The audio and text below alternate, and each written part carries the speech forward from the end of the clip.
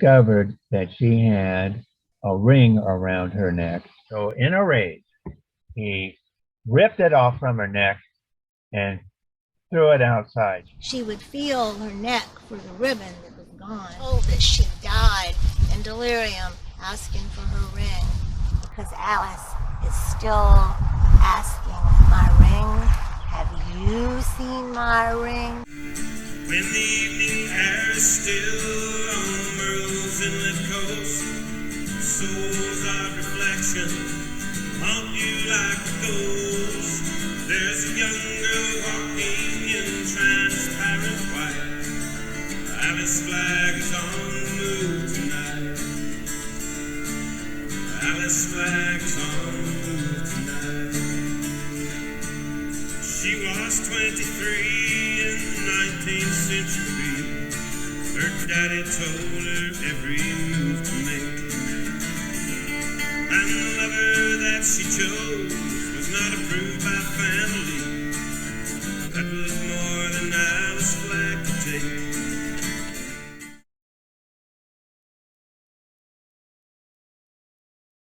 Well, my name is Alan Brown. Originally I'm from Alton, Illinois. Good morning. I'm Elizabeth Huntsinger, and we're here in All Saints Waccamaw Episcopal Cemetery. Actually a churchyard, because the church is attached to the burial ground, where folks who lived around hereabouts have been laid to rest since in the early 1800s. We're here by the grave of Alice Flagg, who was laid to rest here in the 1850s. And we're going to tell you about her life and how she became one of the most well-known ghosts in Georgetown County. Now, Alice was a teenager in the 1850s, about 15 years old, when she met the love of her life. Her family lived in Merle's Inlet on Wachisaw Plantation, which was a river-to-ocean tract. Where we are here now, the Waccamaw River is over here, and it goes, most of the plantations went all the way over to the ocean. In her case, their plantation went from the creek bank in Merle's Inlet, right behind the ocean, over to the Waccamaw River. Their rice plantation house, their primary residence, was on the Waccamaw River. But during the summer, because of the mosquitoes and malaria chance, they would move over to their recently built creek home called the Hermitage on the easternmost part of Wachisaw Plantation. And it's believed that Alice met the love of her life on the Waccamaw River, because that's how most folks traveled in those days. The Dusty King's Highway wasn't nearly as quick or as clean as traveling on the Waccamaw River. Well, Alice's love was a lumberman. Very strapping young man, handsome young man, and fell out head over heels in love with him. Well, he was way beneath them socially. She didn't care, but her brother did. Now, because this story's been around so long and so many people have told it, there are variants. There are other versions of it. One version has that he came one day to see her, came to the Hermitage. She had just gotten into a carriage and was waiting in the drive. Her brother was walking, he just left the house, was walking toward the carriage, and her boyfriend came up on his horseback. Well, her brother saw him, so he ran to the carriage, he beat the other guy, jumped inside, and as her boyfriend pulled up on his horse, Allard said, "If you want to talk, you ride alongside the carriage." And they did. So of course they didn't have much privacy because her brother was in the carriage too. Allard made it difficult for Alice to be courted by this young fellow, and Alice began eventually to see him in secret, and he gave her a ring which she wore on her engagement finger when she wasn't around her brother. She had shown the ring to her brother and her mother the moment she got it, or that day, and she figured when they saw that she was in love, being a 15-year-old and kind of naive, that they would acquiesce and allow her to marry him, but this wasn't the case. They told her to stop seeing the fellow and to give the ring back. Well, Alice was young and in love, and she'd just gotten engaged, so she certainly wasn't going to do that. She took the ring and put it on a ribbon and dropped it down inside the bodice of her dress, and it hung next to her heart. Nobody knew she still had it. And one day her brother Allard came into the room without knocking, and he saw her with that ring, and he recognized it. She still had it. She hadn't given it back, and apparently she was still engaged, so he did something that he had already laid the groundwork for. Well, eventually, life at home was not happy because of all the arguments that were breaking out. Finally, Allard decided it would be best to send her away. So they sent her to boarding school in Charleston. He'd already spoken with the boarding school mistress of a school in Charleston that was so secure that it had around the wall, on top of it, there were broken bottles cemented down with tabby, which is what they used for cement then. So the young ladies in the boarding school couldn't crawl over the wall and come back the next morning married women.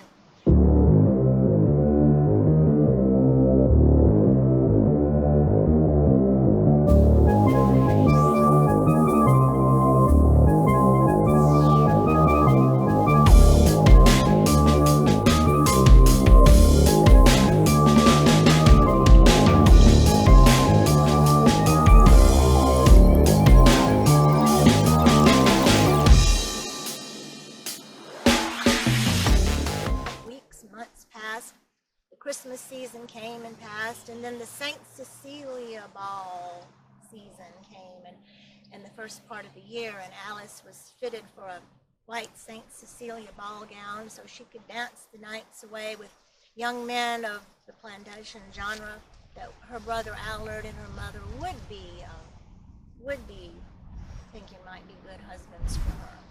Well, Alice began to lose heart. More time had passed, and she hadn't gotten word from her young man. She had kind of figured that somehow he'd figure out a way to get in touch with her, but he hadn't. She wasn't able to get word to him. She began to eat less. She began having trouble sleeping. She lost weight. And in the spring, when the malarial mosquitoes in Charleston began biting people. And she wasn't there very long before she became very ill. So the mistress of the school contacted Alice Flagg, and he got in his horse and buggy, drove to the school, picked her up, and she was really sick. Alice came down with malaria. Now her brother, as these were real documented people, her brother's day book, his medical journal, is in the South Carolina Historic Society, and he documented having treated his young sister twice the year before for 2 bouts of malaria with opium. Well, Allard wasn't there with his opium now. By this time, in fact, she exhibited all the symptoms of malaria. So he took her to bed and laid her down in bed and discovered that she had a ring around her neck. It was tied around her neck with a ribbon.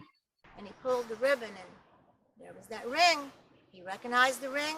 It was the one he had told her to give back. And he was furious all these months, and she had still been clinging to that hope of marrying this fellow.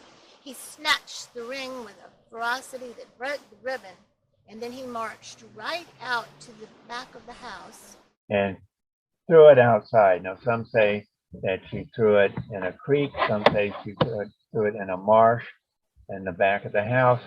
But at any rate, the ring was gone.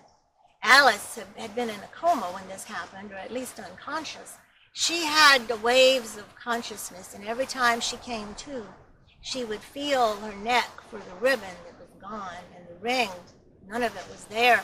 And it began to give her a frenzy, and with her fever and delirium, she would call out, "My ring, my ring, have you seen my ring?" It was gone. Well, she screamed. She wanted it back. And it wasn't long after that before she died.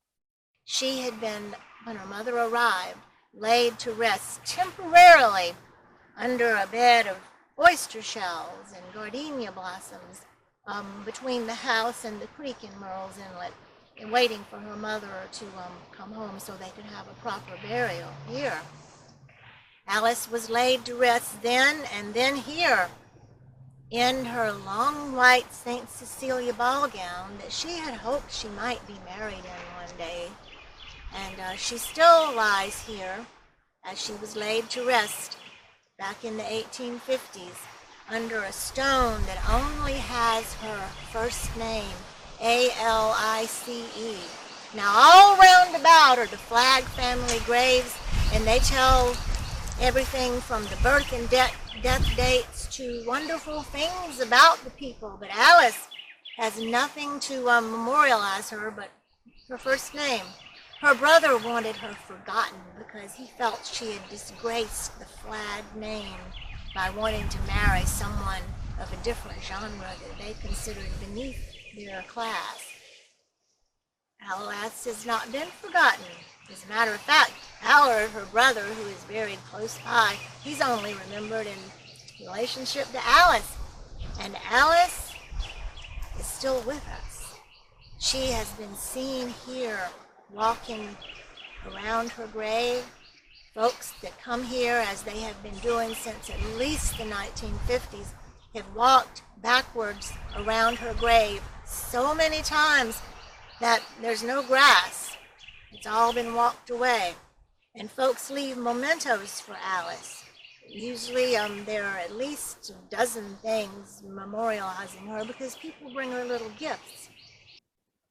Been all kinds of sightings of Alice Flagg. Some say that a ghostly mist walks through the door of the hermitage and floats up the stairs to her room. Others say that they have seen her face in a mirror in the bedroom.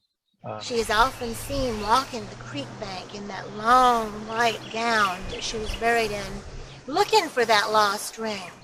If people put a ring down here on her stone, often they will find the ring has changed when they pick it up. It's happened over the years. And after walking 7, some people say 13 times backward around her stone, if you're wearing a ring, according to local lore, and this has happened to many people, after the 7th or 13th time, the ring you're wearing, you'll feel a tug.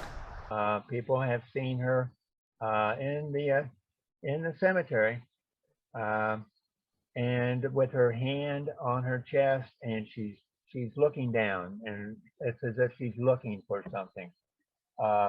So this is a ghost that has returned because of unfinished business, and she wants her ring. Because Alice is still asking, my ring, have you seen my ring? And that is the story of Alice Flagg.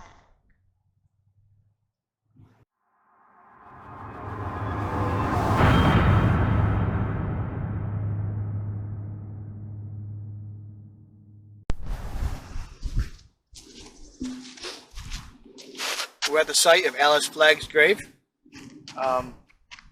We were just here with Elizabeth Huntsinger. We're going to do a daytime quick investigation to see if we can contact Alice during the day. The stone's getting really hot. 86 degrees. Stone's cold. It's definitely not 86 degrees out here. Now we have a couple things. We have REM pod, static pod, 2 cat balls, and of course EMF meter.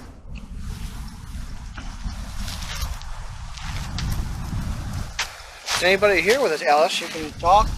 You can touch that red pod there. All right. Well, here we are at the All Saints Cemetery. Trying to contact with Alice. We already know the story. Elizabeth was nice enough to tell it. We sorry to hear about what happened to you. We're here to talk if you want. We have a couple things of equipment here that can catch you if you want to be talked to and acknowledged.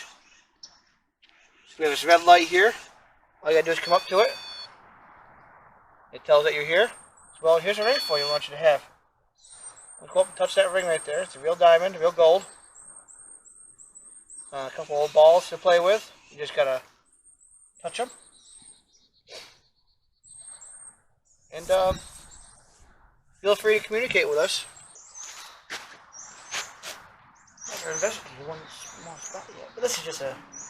Well, if you want, you can put that rock underneath it. On her grave. Put the shell. Put the shell. There you go. Have you ever tried walking backwards around the grave? I haven't. See if I've seen a lot of people do it. Have they- Encouraged a lot of people to do it. Have they ever gotten anything from it? They said they could feel something. And supposedly you could feel your ring being touched. Are you getting us in this? Okay, this one is focusing on the grave, and I want to make sure she's talking. Because the cameras are directional too. Mics are, I mean. But you ever feel anything here? Always. I was feeling stuff. One time. We were here last time. Started feeling more electric in the air when everybody showed up, or people showed up and talking about her. Let me give her a flower too, I think.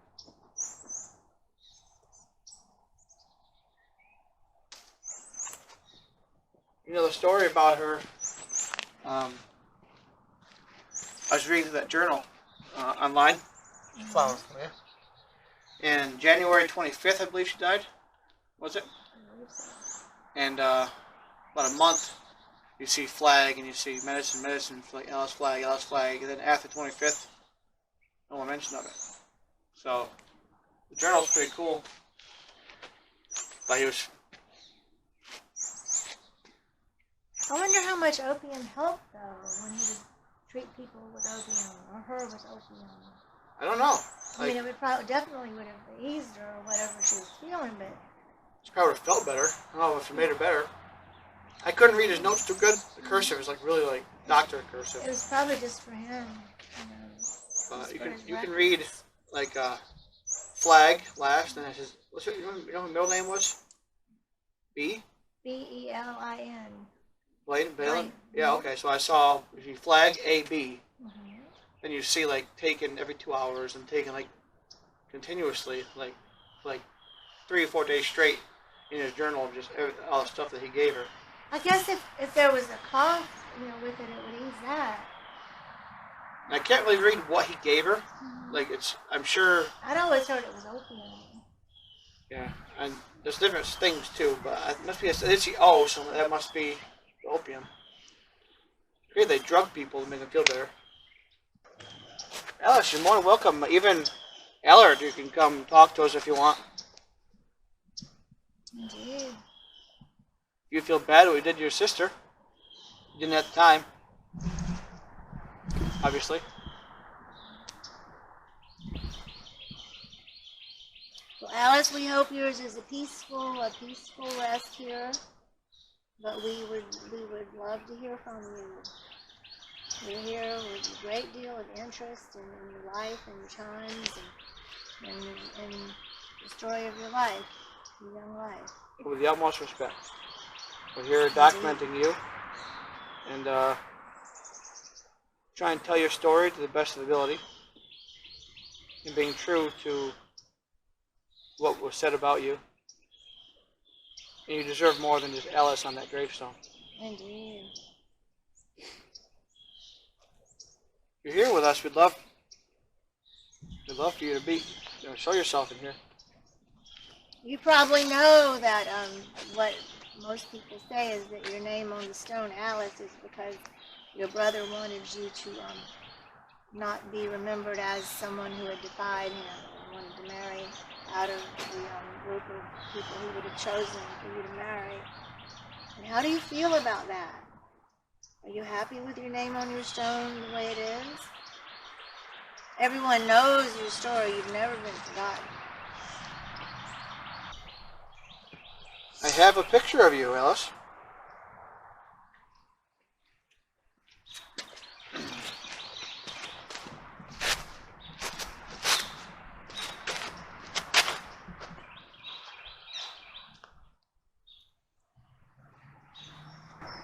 You were a very beautiful young woman, and I'm sure still are wherever you are. Oh, that's my phone. That's my phone causing that. You know, sometimes you're portrayed as a little blonde. How do you feel about that?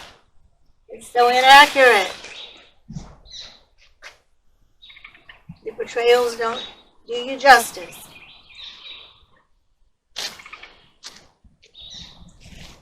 It's the only picture I can find of you.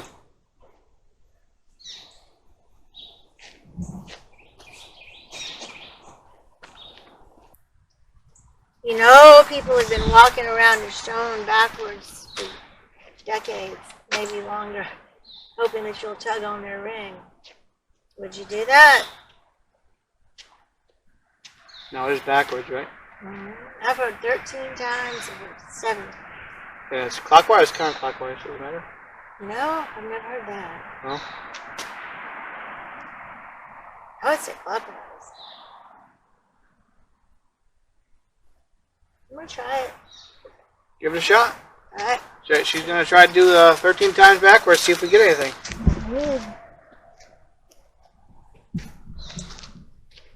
Here, Alice, we're summoning you. We want you to talk to us. Indeed.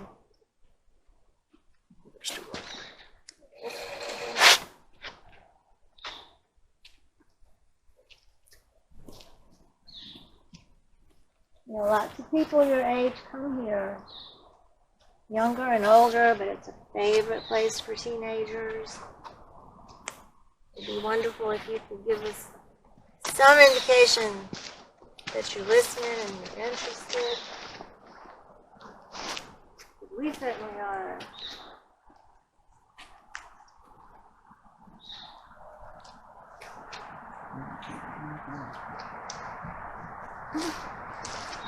All right, that's 3 times.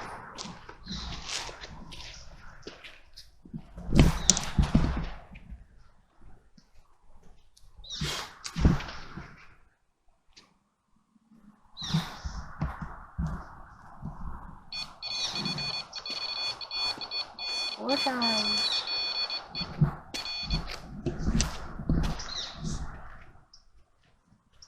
Is that you, Alice?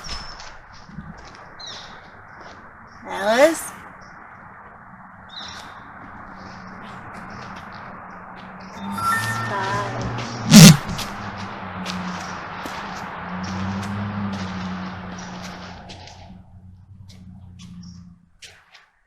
Is that again, Alice? Was she going by? Alice, that was very hopeful. That is 6 times.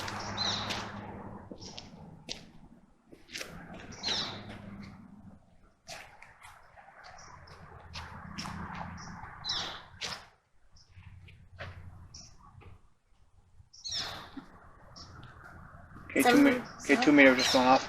Oh my goodness. Some folks around here say 7 times, and that was 6, wasn't it?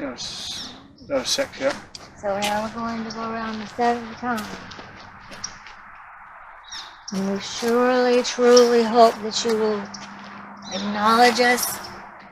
Come, give us maybe a sign on the instruments. Or reach out to us in some way. That's 7 times. Now, some folks say 13 times.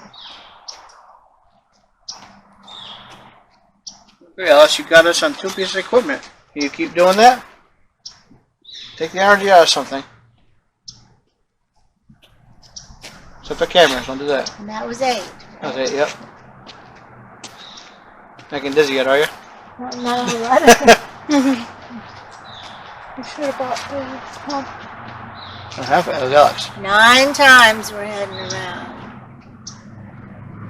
Yeah, let me put your picture back on. that why you got mad? Now we're going on the 10th time hour. And we hope you have your attention.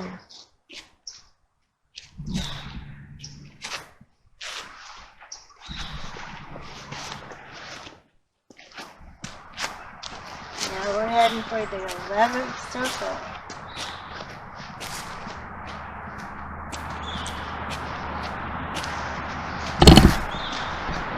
We're not here to make fun of you or anything. Not at all. You can see our sincere interest. Elizabeth's been talking about you for a long time. More people have more interest in you than just about anybody who's ever lived in this area. You're very famous. And all in a good way. That is 12 times? That's wrong. Yeah. Now, this is the 13th circle around your stone, backward, according to tradition. 10.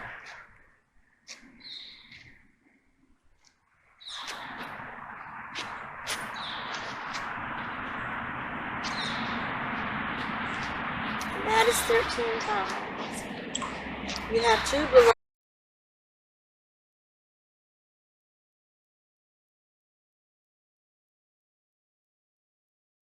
Love rings on your stone.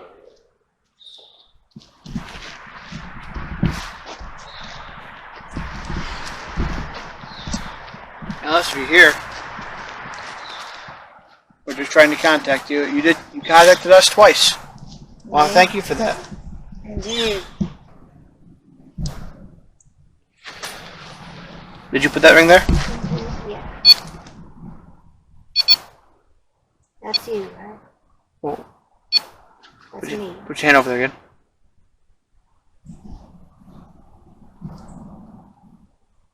No, it wasn't us. Because I gotta get there. I was here. Move all around right here. Plus, it's not sensitive on here. It's sensitive up here, not down here. We've gotten some things. I think that REM pod, that wasn't us, I don't think. Because we were close to it, but we weren't. I wasn't that close. Yeah, see, most is down here it does work, but up here is where it's really sensitive. Down here you have to get like within like an inch of it. I was here, and you were by that ring over there. Is the ring closer?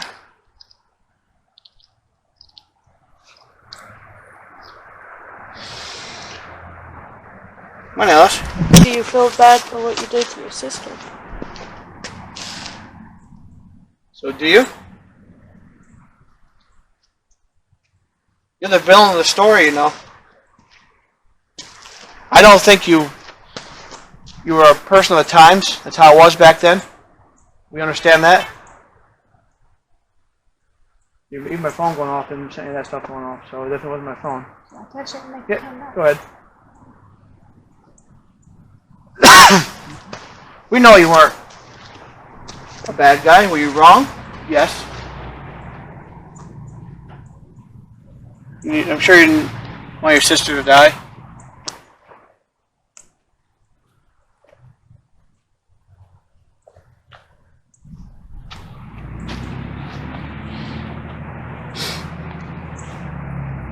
Well, Allard, a lot of people wonder if your sister hadn't been at that boarding school, if you would have been close when she became sick and you might have helped her and she would have lived. Did you ever feel that way?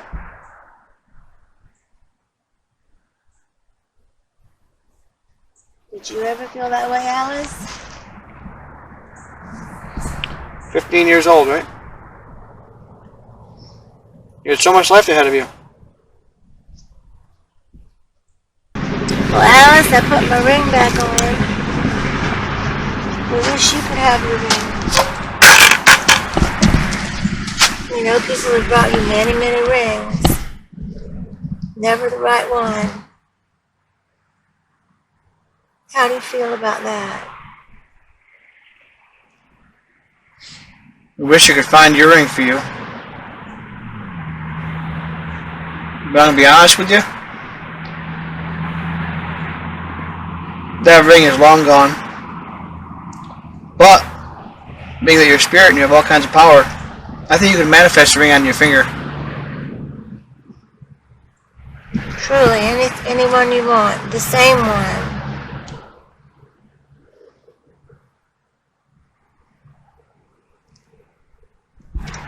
I never take my rings off, and I bet you never did either, except when you had to hang it around your neck so nobody would see it.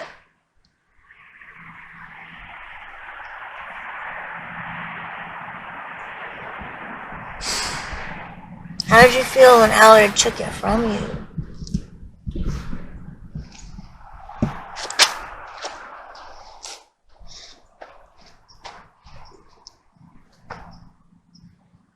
How do you feel about that, Allard? Can you say anything to us?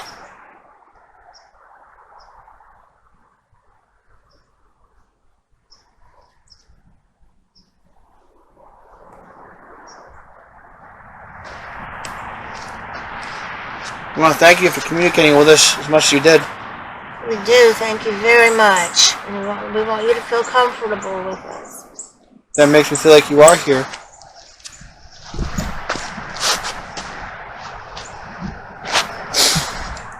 You are with your whole family.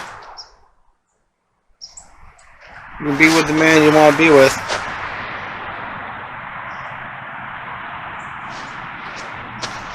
We would love to know what his name was. Nobody knows. Nobody knows these days.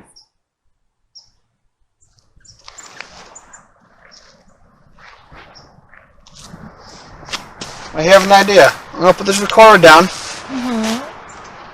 And I want you, we're not going to say anything. I want you to see the name of the young man that you fell in love with.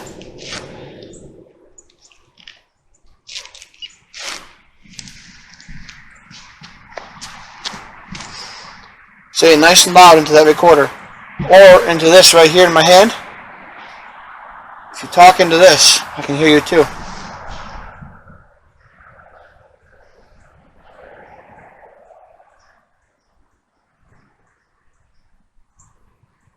Did you ever see him again after you went off to boarding school? Did you ever get in touch with him?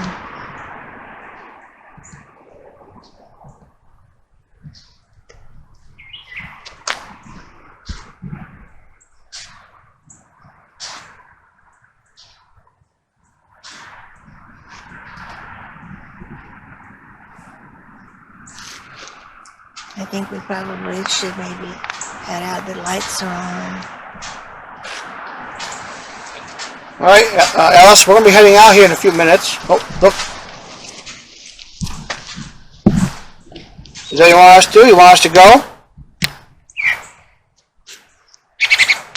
I caught that, Alice. Thank you. We're going to head out of here in about a minute. We just want to say thank you. And, we're going to be trying to talk to you again at some time. Hopefully at a different location. Is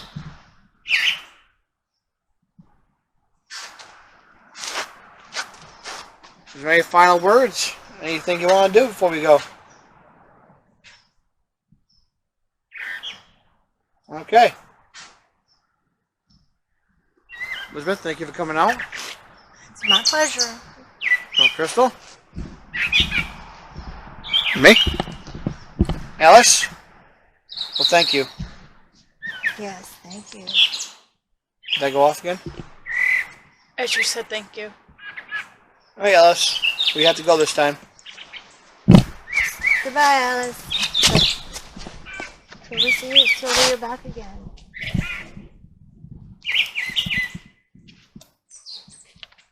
So I put my ring down. I actually got from a estate sale from the 1920s and put it down. Well, she put it down for me on Alice's marking where the C's at, actually where the flower is. And when I went to pick it up, it felt warm. And then she saw something. When I was looking at the temperature, it was fluctuating between 80.3 and 80. But now it's at 79.5. And it was sitting on a cold stone. And I did ask. I was like, oh, it is warm, but it must be from the sun. And she mentioned that it actually was in the shade and it wasn't in the sun. So that was pretty interesting.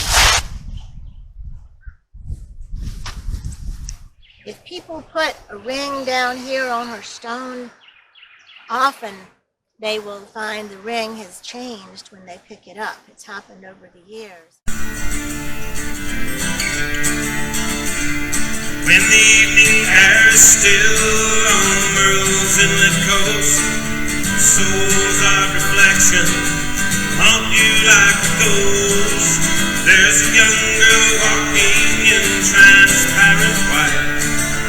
Alice Flagg is on the move tonight. Alice Flagg is on the move tonight. She was 23 in the 19th century.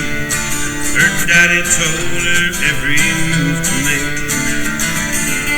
And the lover that she chose was not approved by family. That was more than Alice Flagg could take. They sent her off to school, though Alice disapproved. Her broken heart made her fall too ill. They carried Alice home, where they kept her all alone. Alice pined for her lover still. When the evening air is still on Merle's inlet coast, souls of reflection haunt you like a ghost. There's a young girl walking in transparent white. Alice Flagg is on the move tonight. Alice Flagg is on the move tonight. Her brother traveled fast, fearing Alice wouldn't last.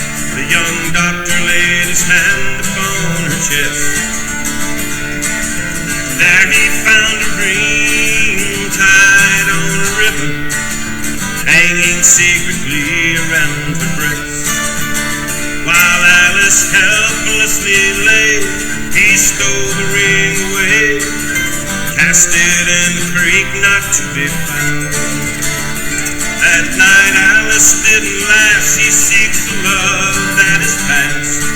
She searches for the ring until this day. When the evening air is still on Merle's inlet coast, souls of reflection haunt you like a ghost. There's a young girl walking in transparent white. Alice Flagg is on the move tonight. Alice Flagg is on the move tonight.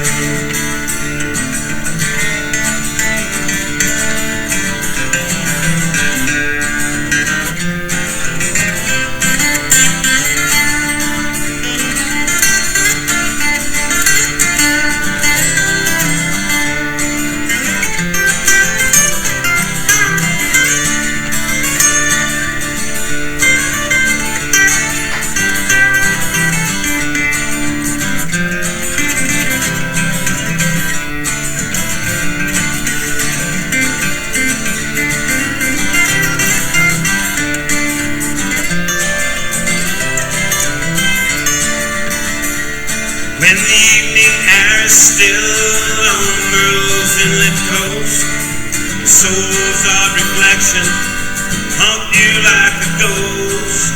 There's a young girl walking in transparent white. Alice Flagg is on the move tonight.